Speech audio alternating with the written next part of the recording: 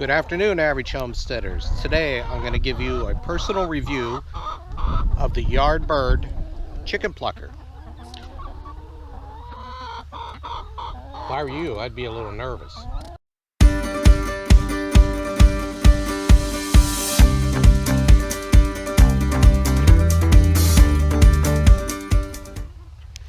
Okay everybody, I'm going to give you my honest opinion about the YARDBIRD chicken plucker. I purchased this year, and I've used it one time, and I did 15 Cornish cross meat birds with it, and I'm gonna give you my total opinion on this piece of equipment. Let's take a look at it.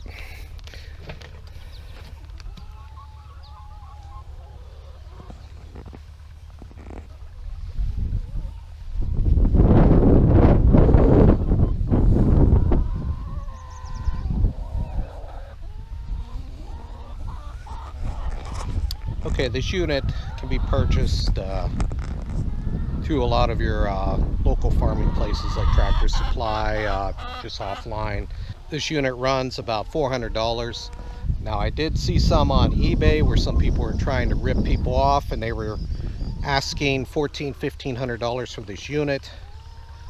Don't be that idiot that pays that amount of money.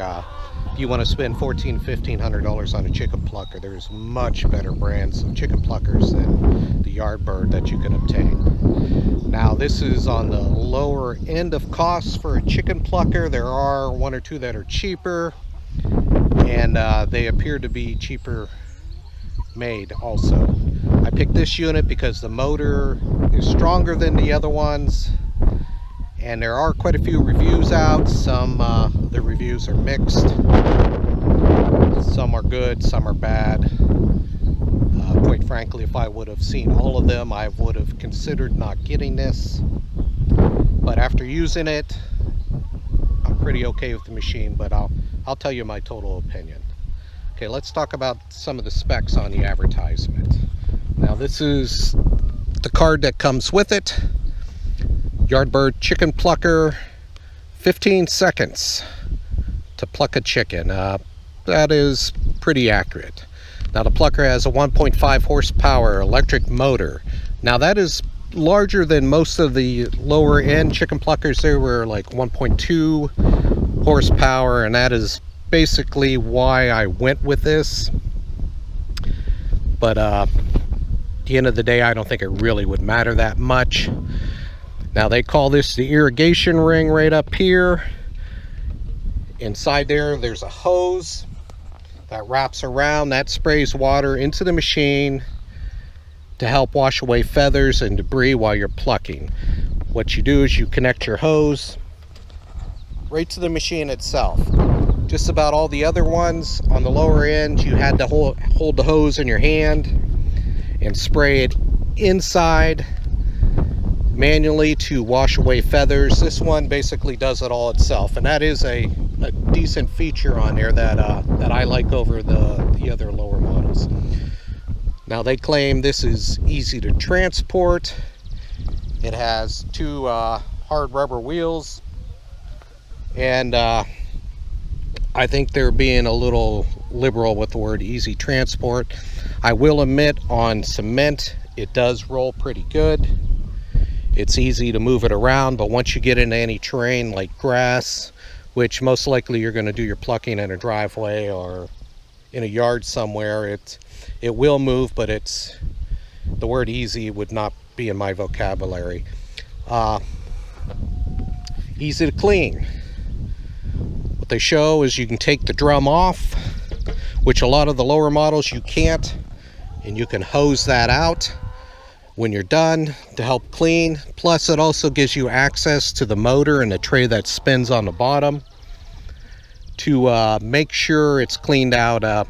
Every 5 birds I took the drum off, and I just gave it a quick once over cleaning. Some people did complain that they had trouble and they had to stop and clean it out, so I just went ahead every 5 birds and just removed the drum. It's real quick, easy, simple. I just removed it and cleaned it just to be proactive. Powerful. They say it's powerful. It has a 1.5 horsepower maintenance-free gear motor, provides 35 foot-pound of plucking torque. As I said before, this electric motor on this plucker is a little more powerful than the other lower end models. I found it to have sufficient power. I would assume the other ones, which are very close to its range, would also. Let's see, the next topic is natural rubber fingers. Now, I don't know what they mean by natural rubber. Maybe they grow out of the ground and they pluck them every year, but they're basically formed plastic fingers, flexible. They do a good job getting the feathers off. All the fingers are in place when you receive this unit, except from one. Now, in the very bottom, I'm not sure if you're going to be able to see due to light, but there are 3 fingers, the shorter ones that are facing down. They spin around on the bottom of the unit, and they help sweep the removed feathers through the ejection port on the bottom of the unit. You have to put one of those in, and it says easy installation. I wouldn't use the word easy, it sucked. But I was able to get it in. I lubed it up and used a pair of pliers, and with a little bit of persuasion it did go in, and I don't think it's going to fall out anytime soon.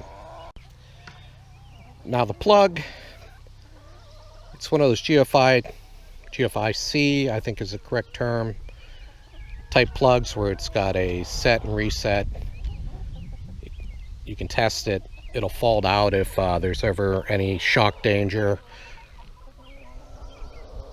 And you're going to want that on something that runs on water. Now, to turn this unit on,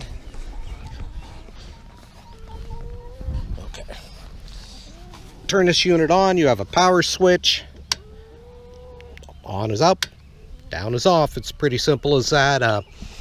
All of this electrical box, it's right under the unit. Water does drip through and all this, but this is all sealed to be safe from any water getting into the system. Now, anything that is man-made and all that, you know, can end up being put together faultily, and you could have issues. That's one of the other issues that some users claim they had, but I myself did not have any issues whatsoever. Now, this unit is easy to put together. It start to finish, you can have it done in 15 minutes. The only thing that you have to pay any major attention to is when you're putting on the legs. They go in right here. These 2 bolts hold them on. And all the legs, there's 3 different leg parts. 2 of them are involved with the axle. One is just a stand. You want to make sure you put the right leg forward of the unit right here, so the axle will not be in the way of the discharge chute, which is right here. This is how the unit comes, just like this. That's the discharge chute. If you put the one leg over here, it brings the axle around and it blocks where the bucket goes. I mean, it's pretty simple to figure out. It only took me doing it wrong once. So what I ended up doing after seeing some of the complaints is I wrapped a license plate around the discharge chute, and I fastened it on with a snubber. You can do it with zip ties. I couldn't find my zip ties, otherwise I would have done that. Hose clamp would probably be the best thing. Basically, that keeps any of the discharge feathers or water, it keeps it away from the motor. See, these fins are on here for cooling the motor, and some of the people that didn't have some type of self-made deflector on there did get feathers on the motor. Also, they're the ones that had complaints about the box not working right, that they think moisture got in it, but they weren't really sure what happened. That's just what they were guessing. Now what you do is you stick a bucket right in there to catch the feathers in the water and discharge of any sort. The bucket I actually used, I had holes in the bottom because a lot of water runs through the machine as it's running. and the bucket will fill up with water with the feathers in it and overflow. If you put holes in the bottom of your bucket, I took out my 22 and plinked it a few times, it'll let that water run out and your bucket won't overflow and cause a big mess, and you'll have spillage, then you have to clean it up, and nobody wants to do any more work than they have to. Okay, when it comes to cleaning the model, which a lot of the lower models, you cannot do this. This unit has these connectors and these tabs built into them so you can remove the top drum and have access to cleaning the unit properly. You take those off and your drum slips right off. Easy peasy. You can get in there and clean it, hose it out. It's very light. It's one hand, one finger. Easy to take off, easy to put back on. Now here's the tray where the motor actually spins, and it does all the work as far as the plucking goes. This spins and it bounces the bird around inside of here, and it throws it up on the fingers of the drum, down on this, and it removes the feathers, and it does pretty rapidly, and it did a very good job. Now some people, you know, complain that their feathers weren't plucked off their bird 100%, or they had to do some manual plucking. I had very little of that, and I would say a lot of that is their technique as far as their scalding water. You have to have your scalding water the right temperature, between 145 155. You got to swish your bird around in the scalding water, and then put them in the machine. If you don't do that right, you either don't get the feathers off or you overscald your bird. And if you overscald your bird and put it in a machine like this, it's going to cause a lot of the feathers to come off, but also some of the skin on the bird. So do your research before you use this. And I found that I did my research and I didn't have the trouble that a lot of people said they had. Now underneath this tray, you can see these fingers right here. These are the ones that sweep this bottom tray right here, and they get the excess water and feathers, and it guides it to the discharge port and gets it out of the road.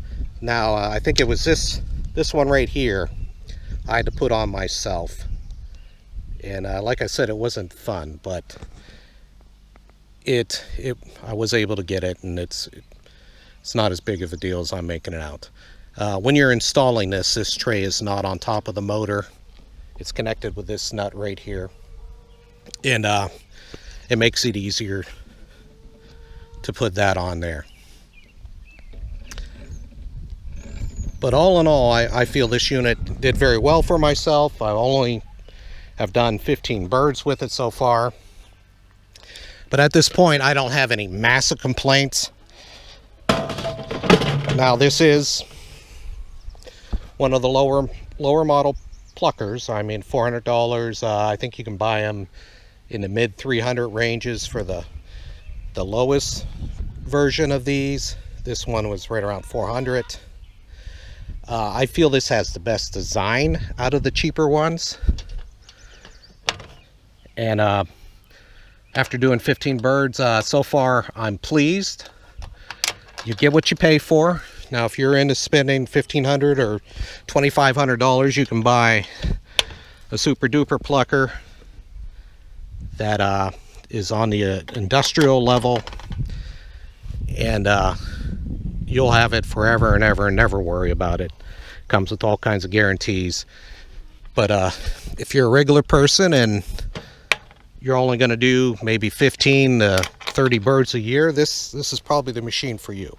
Now putting this drum back on, these two arrows show you which way to put it on, because if you don't put it on just right, some of these clamps don't line up. And if they don't, it's no big deal. You can just spin it and realign it. Okay, that's basically the unit. Now let me talk about what I don't like about the unit. I think the discharge should be better designed. It should have some kind of deflector on it in the first place. It should be something that comes out totally wide, keeps all the moisture and water away from the motor in the electrical box. That is be an easy fix. Even if they put a plastic sleeve, they could make that for pennies and include that into this package. I've seen more than a few times in review videos that this plug right here is a piece of garbage. According to some people, it doesn't feel super sturdy, to be honest with you. And some people claim they did have issue with it and they were out of warranty and they felt like they were out of luck. You can buy a replacement plug at any of your big box stores, just like this, but better quality. You cut the wires and you just change it. I mean, no big deal. Now, some people are like, well, I spent $400, it shouldn't happen. Well, I agree, it shouldn't happen. But if it does, just go out and spend 20 bucks, get a new plug, and just take care of the issue. That's enough about that. This water inlet, I like that better than just using a hose like some of the other units came with, but it'd be nice if there was a quick release on this. I plan on purchasing one in the future to make life easier on me. The wheels, if they were bigger, I'd say another inch, 2 inch in diameter, it would make moving the unit around in rough terrain a lot easier. Now, some of the lower models didn't even have wheels. So, I mean, beggars can't be choosers. This one has it. You can move it around. So, I can live with the wheels. A couple people I've seen, they changed the wheels and put bigger wheels on it. The only problem is the bottom of these legs are at a certain height that when you're done tipping the unit, moving it, all three legs keep the unit stable and in place, and they do a very good job. The unit doesn't bounce around while you're using it, and that it stays put. A little bit of splashing, not a lot, but all in all, I do like that. One complaint is to move the unit around, you have to pull it like this and pull it by the ring on top. The ring is very flexible. It's not super sturdy, and it would be nice if YARDBIRD incorporated some sort of handle that's connected to the drum, which is more solid, that you would just pull and it would tip the unit, and you're not in danger of bending anything or snapping it off. I really don't think this is going to snap off, but it seems to be a weak part of the drum up here. It would be great, YARDBIRD, if you're listening, put a handle on there, just something simple that you can get a hold of that. Do I have regrets about buying this machine? So far, no. We'll see after several years of use if I change my tune, but right now I'm very pleased for the money, what they cost. It does what it's supposed to do. I don't know if you've ever hand plucked a chicken. Yeah, no thanks. Chickens tend to smell a little bit when they've been dipped in hot water, and it takes about 30-35 minutes to hand pluck a chicken. This thing does it in 15 to 20 seconds, start to finish, done. I mean, it made the processing of those Cornish cross a snap. It made it the easy part of doing it. And I personally recommend this for the regular farmer / homesteader that's only going to do 15 to 30, maybe up to 50 birds a year maximum, and that this machine seems like it'll do what you need it to do. Okay, that's my review of the YARDBIRD chicken plucker. I hope you find it helpful.